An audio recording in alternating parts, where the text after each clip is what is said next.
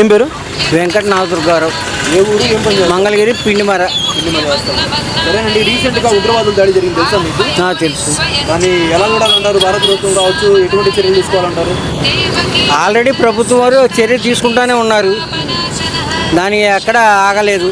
మనకి దెబ్బ ఎప్పుడైతే జరిగిందో దానికి తగ్గట్టుగా ప్రభుత్వం వారు అనుకూలంగానే చూసుకుంటున్నారుగా. దెబ్బకు దెబ్బ అంటారు. దెబ్బకి దెబ్బ అనట్లేదు, శాంతియుతంగా చేస్తున్నాడు. ఓకే, అది శాంతియుతంగా ఎలా పరిష్కరించాలో అలా చేస్తున్నారు మోడీ గారు. వాతావరణ పరిస్థితులు చూస్తామంటే యుద్ధం ఏ నిమిషానైనా జరగవచ్చు అని చెప్పి అన్నట్టుగా కనిపిస్తుంది. మరి యుద్ధం జరిగితే మరి నష్టం ఉంటుంది కదా? ఉంటుంది. మీరు యుద్ధానికి వ్యతిరేకమా లేకపోతే సమర్థిస్తారా? యుద్ధానికి వ్యతిరేకం అంటలేదు, సమస్యను పరిష్కరించమంటున్నాను. సమస్యను ఎట్లా పరిస్థితి మరి?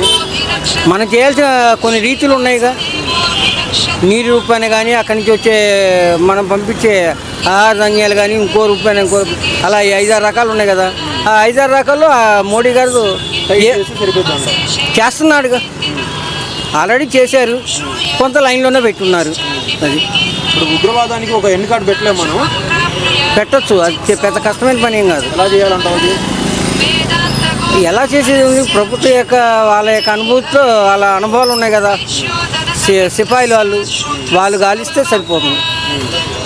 వాళ్ళు చేయదలుచుకుంటే ఇలాంటివి ఎన్నో చేయగలరు. అసలు ఉగ్రవాదం ఎందుకు పడుతుంది, పేటరేగిపోతుంది ఎందుకు?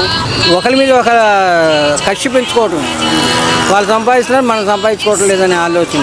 ఆ దేశం వాళ్ళు మన దేశం పైన ఎప్పటికీ ఏడుస్తున్నారంట. అందువల్లే జరుగుతుంది.